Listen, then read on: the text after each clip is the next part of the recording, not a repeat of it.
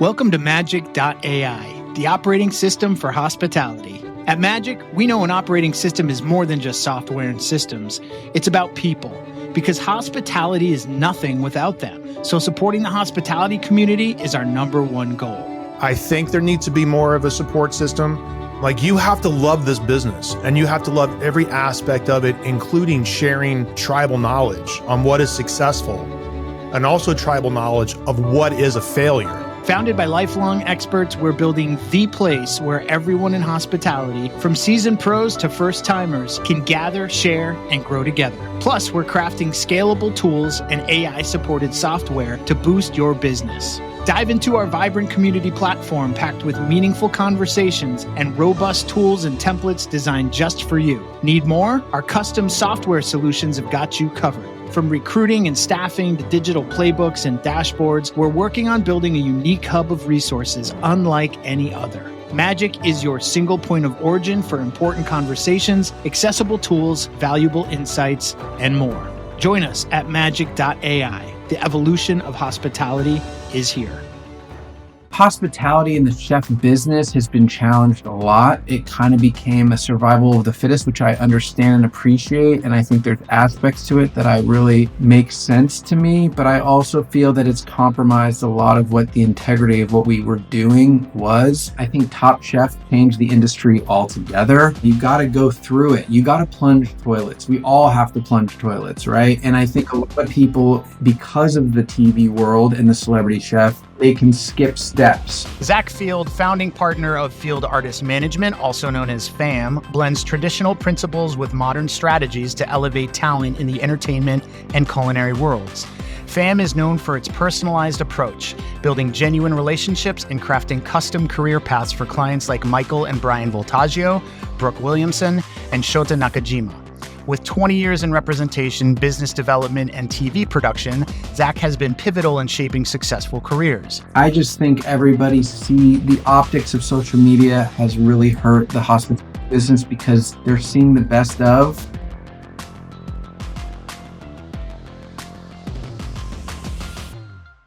I went to college in Santa Barbara at UCSB. I was bartending and I ended up being a bartender at this restaurant that's no longer there called Chad's. It was on Chapala. And I started kind of bartending there, and it was like a nighttime gig, and all of like my friends that I kind of knew were sort of working there. And I didn't like bartending. It was just kind of not my thing. It was a little too flashy. It wasn't my vibe. So I asked the head chef, I was like, I know nothing about the back of the house at this point. And I was like, let me come and just be a salad tosser. And he's like, you want to toss my salad? I was like, I'd love to toss your salad. And when all the innuendos happened, long story short, I started working in the garde station of this restaurant. And then it was great. And the camaraderie was awesome. And it was, I learned a lot about a lot of things very quickly. But I think the camaraderie was really what I gravitated to because it was sort of reckless camaraderie. And it was something that, if you didn't do something right, there wasn't a whole lot of explaining. It was like, this is what you do, figure it out, get it done, and let's go. And I appreciate that direct sort of candor. And at the time that I was working in this restaurant, and I will sort of deviate just a little bit, I was trying to be a weatherman in Santa Barbara at the local TV station. And yes, through that random, adventure, it was the only job I really got fired from because I was working late and I had to be at the station at 4 a.m. And at the time, I was also private chefing for a family in Montecito. So I had kind of these three balls going, and the culmination of sort of late night benders and cooking and becoming part of this brigade and wanting to be a weatherman. Once the weatherman thing went away, I kind of put all my eggs into that basket. And I just kind of started appreciating hospitality, shopping, groceries.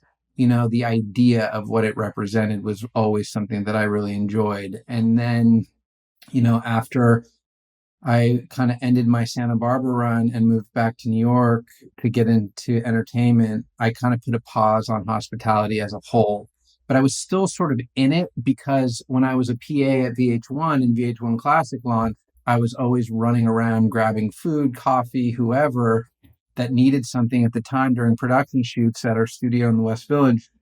So the hospitality thing kept, I was always kind of like hands on with craft services. I was always kind of like doing hospitable things, which actually helped because everyone, when you're a PA, you don't want to do that stuff. It's like, oh, I don't want to go get coffee for people. And I was like, I got this. So I'd go smoke a cigarette, walk down the street, grab a couple of coffees, and come back. And it was like, that was just sort of in my DNA. So that was the entry point of my understanding of what hospitality was. And then when I went to CAA, I was in music for a very long time in the agency world. And, again, hospitality was sort of the forefront of what I did. It was taking care of talent. It was taking care of musicians. It was showing up at events.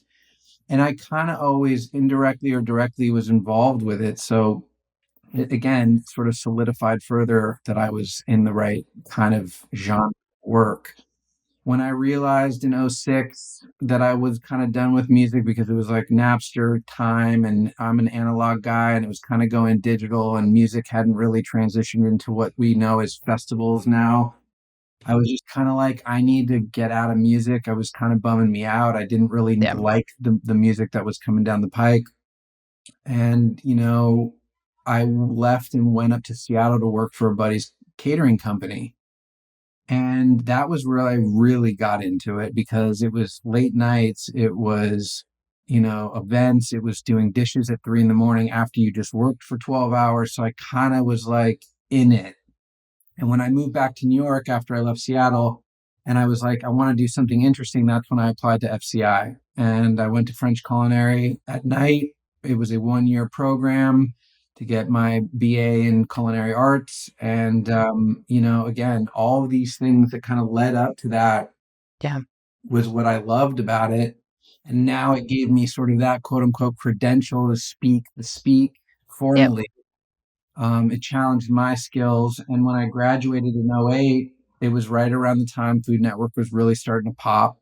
And I was like, chefs, musicians, very similar creatures in terms of being artistic and just lunatics. But chefs And a were total pain punctual. in the ass. Yeah, but chefs were punctual. Like a musician would disappear for weeks and they'd be like, oh, I had a thing. Whereas like chef would literally go hard the night, or a week before, but they'll always be there because the regimented schedule of life was sort of the differentiating variable between a musician and a chef. And I liked it. And so I like that. I can do sort of the same thing I was doing in music, but with food and chefs. And, that was the beginning. You're saying two things that I think are really interesting that I kind of just want to pull on for a second. One is you use this term reckless camaraderie, which I love because I think that's so appropriate for describing the community within hospitality, right? It's never been articulated that way to me. And I think it's so powerful because it really is this opportunity to kind of throw yourself to these people who are around you to make the best out of the situation or the circumstance in any given day, right? And there's something that's really, really magical, no pun intended, about that as it relates to hospitality. The other thing that you're talking about, which I think is really interesting, is that the experiences that you had, regardless of the fact that they were in different domains, made you realize that hospitality was a thread that kind of went through everything, right? And ultimately, you netted out in a place where hospitality, the concept of hospitality, is still super important to what you do in its own way, right? Like the hospitality that you have to have as a manager and an agent and a tool, developing a network for somebody, I think it's just really interesting. So. Yeah, and I apologize for the long-winded answer. I just wanted to give you guys No. context of like how it all sort of came into this moment. So No, I love that. No, it's great. So let's talk about landing your first big client. You don't have to give us any names, but how did that happen and what was the impact and how did landing your first big client transform your outlook on your ideas and becoming an advocate for hospitality talent? I think the interesting thing about that question is that you never really know what you're getting into until you're getting into it, right? And after I graduated, I kind of determined that the chef world was a place I wanted to kind of take what I had learned in entertainment and see if I could apply it in that way. So I didn't really know where to start or who to talk to. So I kind of reached out to all my old music buddies, some pretty high level guys at agencies, the majors, and I ended up having a really wonderful opportunity to meet with a guy named John Rosen from William Morris, and he was sort of the guy who did like he was the first of the reps, so to speak, to really kind of do Bobby and Giada and Rachel and big names that you saw on Food Network at the time, right? So he was gracious enough because of the person who introduced us to meet with me. And I just said, I don't know where to start. Do I come back to the agency world? Do I go off on the management side? And so he kind of gave me the 101 on what this business entails. And ultimately, he pushed me in the direction of a management company that was rolling out a culinary division, and reached out to them. They were also music guys, which again, there was so much, crossover in terms of A lot of temperament, cross style, pollination. vibe, whatever, that it just kind of was seamless in terms of the speak that we all spoke to each other. Yep. And so I reached out to these guys, had a long conversation, and ultimately I came on as a very green manager. I mean, I really didn't know anything. And I kind of thought I did, but I didn't. And it was really kind of a learning curve that I had to jump on. And I was handed two clients right out of the gate. The first one was Graham Elliott, who was at the time on MasterChef. Yeah. And the other was a mutual friend of Maddie and mine, Chris Cosentino, who was kind of going through this sort of moment that he was having in the celebrity chef world. And so those were the two that I cut my teeth on. And that was sort of where the jumping off point for management for me was. I want to open the gate a little bit because I know that there's a lot that you want to talk about. And we've had some conversations because we kind of talk all the time anyways. And, you send me links to your favorite Grateful Dead shows and I send you mine. And we just have a good old time with that stuff. But we have had conversations a little bit about kind of getting into some of the discussions around what we're seeing in the industry today, because I think you have been through now a place where, like you said, when you first started, Food Network was really hitting. And now, like all of these years, fast forward, we're living more in a moment of the kind of personal platform than we ever have before, right? And there are certainly a group of people who aspire to be celebrity chefs in terms of just being a celebrity only, maybe not even really like being a chef, but being a celebrity who cooks or whatever the case may be. So I kind of want to talk a little bit about where the industry is at today. I don't know what you feel like you're seeing from your side, but it's certainly a really unique perspective. So I'd love you to tell us a little bit about that. It's so much to unpack because our industry is loaded with so many different iterations of things that have happened within it, right? I think it was full speed ahead. COVID hit. I think the house of cards, a lot was exposed for better or for worse during COVID, both in the sustainability of our business, in the political, how do you say it? Like the Me Too moment really hit our industry very hard, along with a lot of other political bits. I think so. Hospitality in the chef business has been challenged a lot. I think, it kind of became a survival of the fittest, which I understand and appreciate. And I think there's aspects to it that I really feel makes sense to me. But I also feel that it's compromised a lot of what the integrity of what we were doing was. I can definitely, I might even be part of the problem as well because my business wouldn't exist if it wasn't for the celebrity chef. I think Top Chef changed the industry altogether Yep. in terms of, Uh-huh. in a very Yeah, simplistic Top Chef way. came along and people were like, what the hell is this, right? Like, Yeah. Well, Iron Chef was always Iron Chef, which was really interesting. And then Top Chef, what Top Chef did was it kind of broke apart the brigade idea and made it about making it, you are the top chef, right? Yep.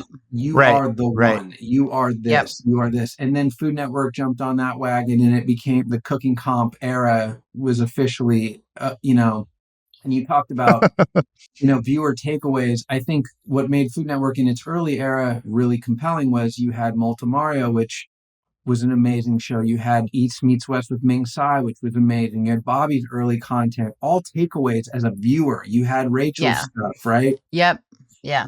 And now it's gone from a collective to an individual sport, artist formerly named. And it's like, for me, I feel that has really kind of thrown a wedge in how and what the industry as a whole does to move itself forward, because it's less about, James Beard kind of tapped a little bit of this too, where it's like, no one really cares who makes the best sourdough bread in the Southeast region. It's like, what's getting all of these people to where they are? And it's a group. You're only as good as your weakest link.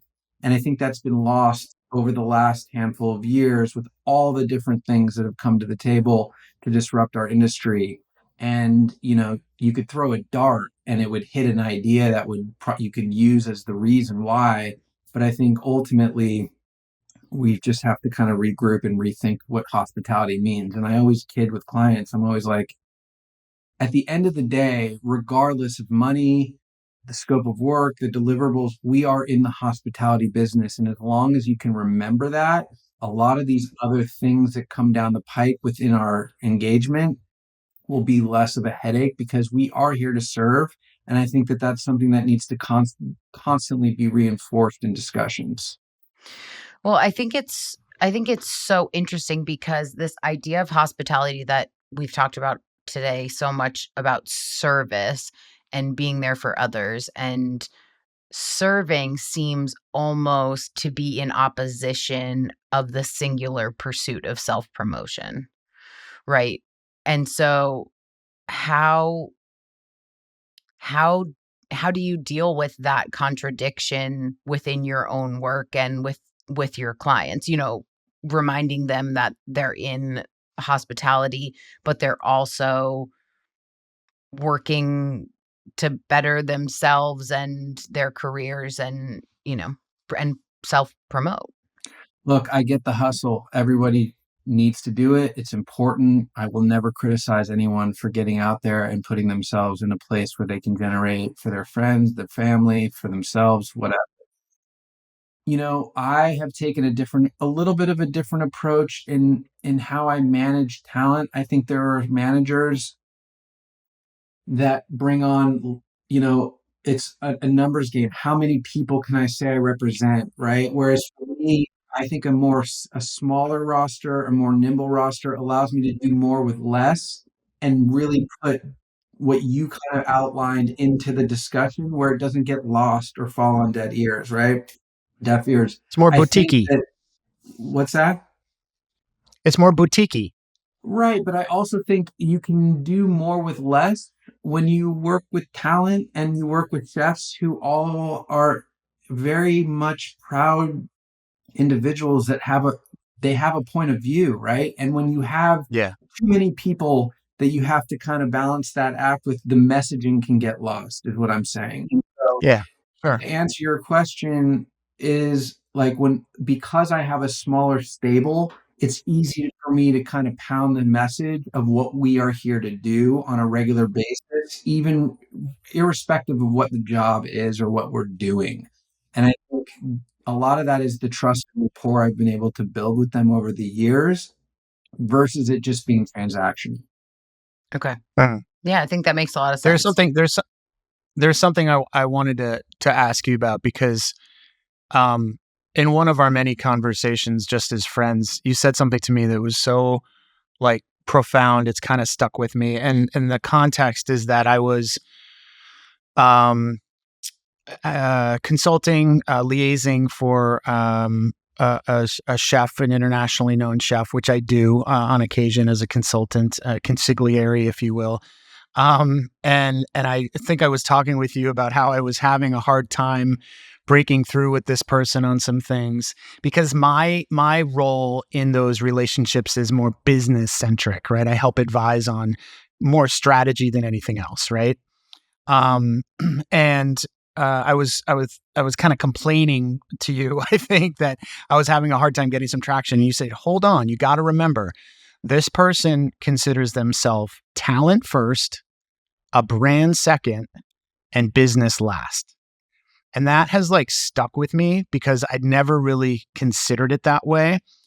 What are you seeing in your profession right now as a talent manager as it relates to like I guess the business acumen that the strategic acumen for growing careers that these folks have? Like is the business side as important to them as the talent side? Are they mutual? Does it different for everybody? I think that our business is not a one size fits all situation, right? I think too many times it's easy to put a blanket idea on everyone. I think that's kind of where you can run into problems because your expectations are being mismanaged. My job, first and foremost, is to manage expectations, right? Good, bad, or otherwise. And I think that chefs, much like most creatives, tend to run before they walk, right?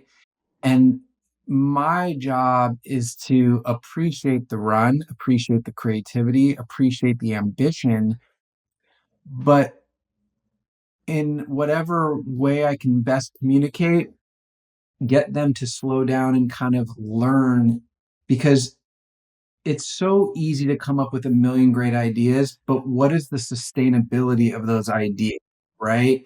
If it cannot be sustainable, then it's just like we're spinning our wheels, and it just, for us, it's a waste of time. So, how do you kind of manage that process to get that idea from an idea to an actual tangible thing that's real, but establish its seeds and its roots to be, so that the longevity of this project or this idea can be sustainable. Yeah. Otherwise, Yeah, and it's also about like what the kind of tapestry of things that you elect to do, right? Like how do those add to the overall value of you as an individual, right? yeah.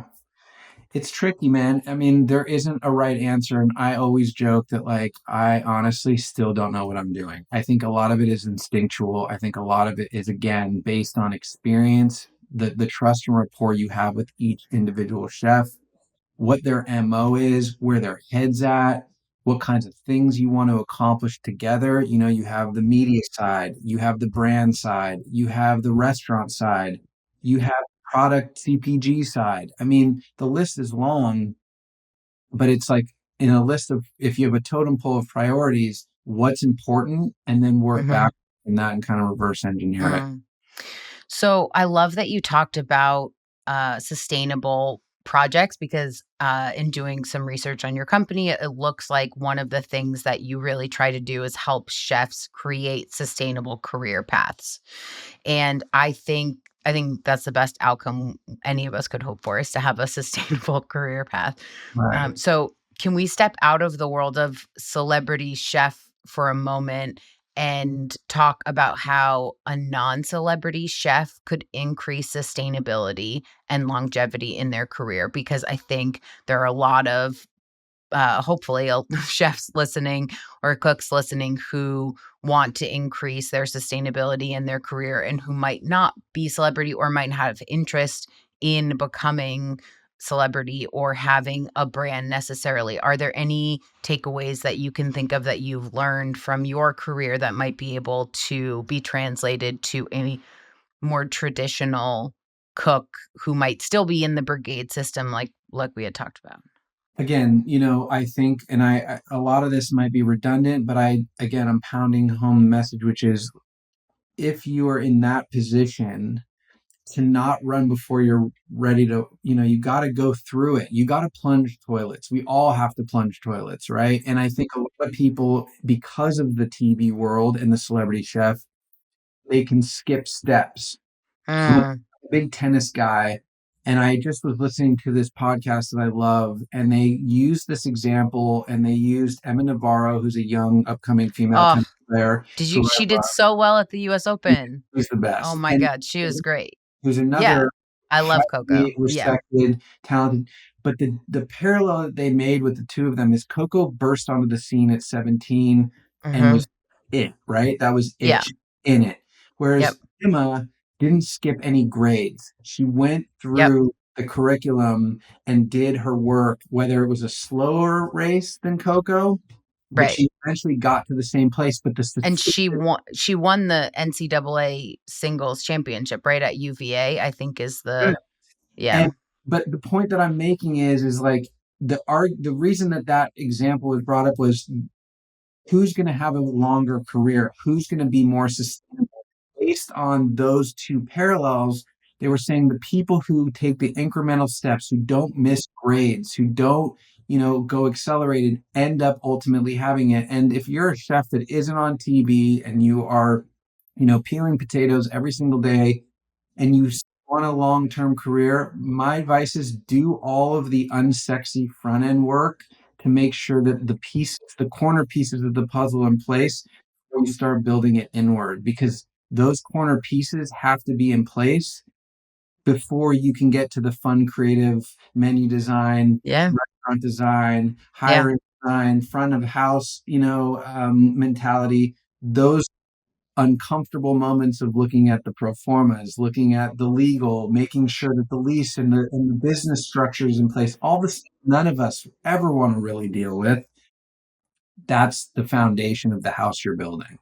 Oh, I love that It so reminds much. me that what you're saying reminds me of I've got a sign that's hanging on my wall in my office, and I forget whose quote this was, and if somebody remembers, they can email me. But it was brought to my attention by my partner in Full Heart Hospitality, Jason Rose, at a moment in my life where I was a yes man, and I was like saying yes to a lot, and like probably saying yes to too many things, which Gemini, hello, it happens. But I had this sign made after he told me this quote, which is do less and obsess. And I love that. It's kind of like what you're talking about. It's like go deeper, right? Not broad. Not faster. Yeah. Yeah, exactly. Right. Yeah. Which I love. I love that. I love that. Talking quotes, there's one that is a Japanese proverb that says, "He who chases two rabbits catches neither." And that's kind of like if you try to go too many directions, you're not Yep. going to end up where you want to be. So I just think everybody see the optics of social media has really hurt the hospitality business because they're seeing the best of, right? Yep. Instead of the B tracks. And Yeah, it's like, Yeah. totally easy to understand the best of in its Yeah. greatest form, but there are so many great chefs, Bell's, Birdie in Austin, like they're small shops doing amazing things, Yeah. be around for a very long time because they're tunnel vision and they're not getting pulled into too many directions with things that are Mhm. going to rather than serve what they're trying to accomplish. The comparison will So, really Zach- kill it. The comparison of social media, is really tough for a lot of people, but in the hospitality industry, I imagine. Yeah, I think you're totally right. Yeah. And that's a whole other podcast again to break down the Instagram, social media aspects of culinary chef world. I mean, I have a lot of opinions on that, but I'll save that for a different time. So Zach, can you give us 3 kind of actionable concepts or steps that you think folks who want to kind of create a bigger imprint in the culinary world should try to think about as they're going through their career? Yeah, I don't know if there's a correct answer to that question. I really do think it's case by case, and I really do think it's based on what the chef themselves or the group that they're associating with wants to accomplish, right? I think the bar napkin is always like one thing we've heard, I just want to say one thing we've heard a lot in our interviews is authenticity, right? Like that everybody that we've talked to has said, be authentic. And I think it's easier to say that than it is to actually be it. You know what I mean? Yeah, trigger words are funny because there are a lot of them, right? And I think that it's easy to be authentic and genuine and all those things. What I believe, in my opinion, and this is obviously my opinion, is that you can do far more with less. And I think that you have to, have you ever gone to a restaurant where the food was okay, but the service was so good that you're like, I'll come back? Yeah. 100%. Because you can always improve food, you can always change menu, but the relationship you have with the Hmm. experience as a customer, where you're being asked to tip 25% these days, that to me is sort of where I would put my attention, because the chef's a chef. The food is going to be the food. You can tweak it, do whatever. You can add items, remove items. But if the feeling as a customer that you get when you walk into someone's shop Yeah. isn't the feeling you have when you leave, you're not going to go back regardless of how good the food is. So for me, and I know it's always kind of, again, this is my opinion, I think that understand, when we talk about hospitality, that should be everything that you build your program around, you build your menu around, because you are the chefs get a bad rap because you are always dealing forward facing to the customer, irrespective of what vendors do, what wine cellars do, what the back of the house is doing. I think what's interesting is that you are going to get the immediate reaction from guests when they come in if something, isn't what it is expected to be, or if they're having an experience. And I think for a younger chef who's looking to kind of grow and evolve their career, I think if they can really take ownership and accountability for that hospitality variable, it's going to completely determine how everything else falls into line. Wow. Yeah. I love Thank that. you. All right. Yeah, I love I that. I know Okay. Carolyn wants to get to our closing questions. I But do. before we do that, there's a couple things I just want to ask Zach, and we can keep it brief because, as he mentioned, this could be a whole nother podcast or a whole nother interview, which is I want to understand why truly, like, it's taken you so long to go see Dead and Company. Like, I think that, Matthew, we do not. for me, this is a serious thing.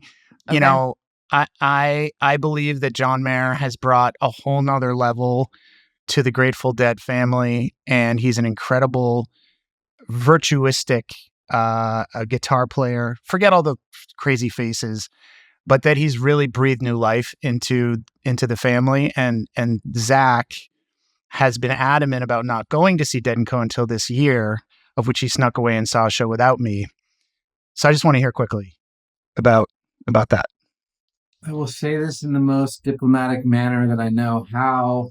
I get to go see Dead and Company because it was the Sphere, and I've been kind of curious about the Sphere. But look, it's a rarely loaded question, and I don't know if we have time for this, but I'll give you a quick answer. Grateful Dead was introduced to me in the 80s.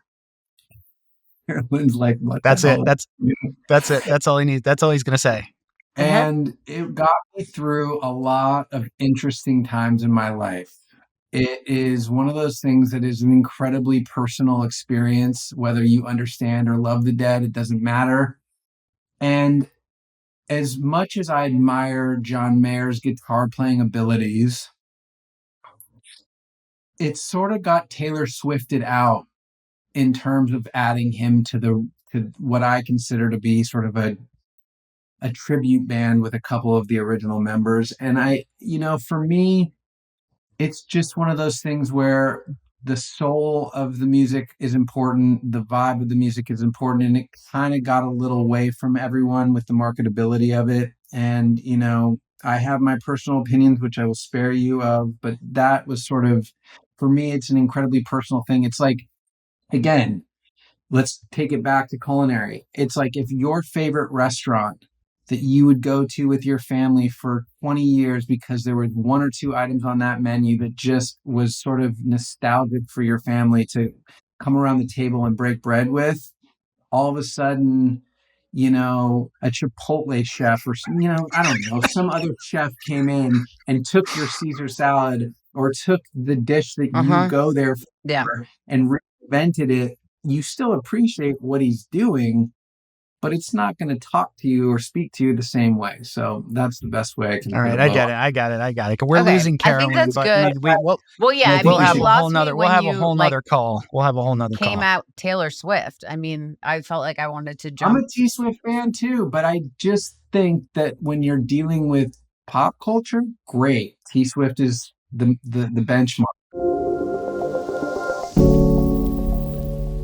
Who is the one person you hired that transformed your business? My attorney. Oh, okay. Because he brought different skill sets to your company? He and I started out around the same time. He was an up and coming associate at a firm in Chicago. I was, still cutting my teeth in management. We kind of were put on each other's radars because the people who introduced us were bigger than we needed to be dealing with. And he and I grew our businesses parallel. But what he did was he taught me a lot about temperament. He taught me a lot about how to deal with situations that were unsavory. He has a very beautiful way of handling what could be volatile situations in a way that's productive and win-win for everybody. Because again, I would go in hard if I was upset or I felt like I was done dirty, and taught me that win-win is sort of the idea, right? If everybody wins, regardless if it's a success or a failure, at least you can walk away from the table and everyone has a mutual respect for each other, versus the latter, which most people can argue is the easier approach. But I just think that, if you want to continue, reputation ripples through the industry. And if you can manage emotion and find even in unsavory situations, makes sense for everybody. And so he taught me a lot, and we've grown our businesses together. And now everybody that I work with, directly, indirectly, now he represents. And it's like, it makes me proud because at least that was my contribution to him and his business.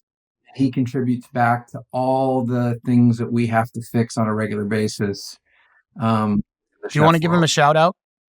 Mike Zalay, Much Fearless Law. Yeah. Chicago. He's the best. And I think, Michael, you guys are actually supposed to speak with him.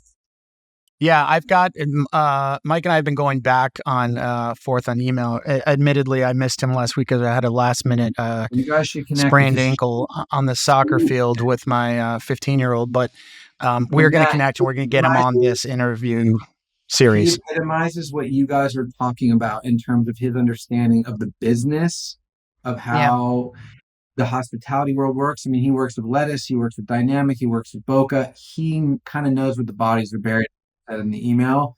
And he sees it from a very analytical black and white because of how his contract. And I think his perspective on it, less about the chefs, more about the business. Okay. All right. I'm going to try to follow up with him. All right. Our second question is, what is the most successful marketing decision that you've made for your business?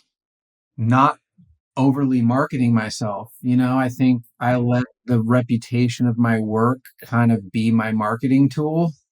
And hopefully, I love that. Word of mouth spread enough to where, my reputation is positive. And, I don't often take on new clients, but I've turned down a lot. And again, the power of no is important because for me, it's very much, I'm a one-man band and I like to kind of keep things nimble. So I think my marketing is just the work that I do and how I handle myself within those business situations.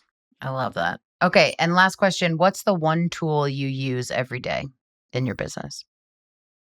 The one tool I use every day in my business is probably... Yeah. Yeah. Yep. Yep. Yeah. I know. Yeah. There it is. There it is. I know. And I have started turning it off on Sundays because I give everybody 6 days a week of my life, 24/7. So if I can steal one day back, that's nice. My new rule. I like that.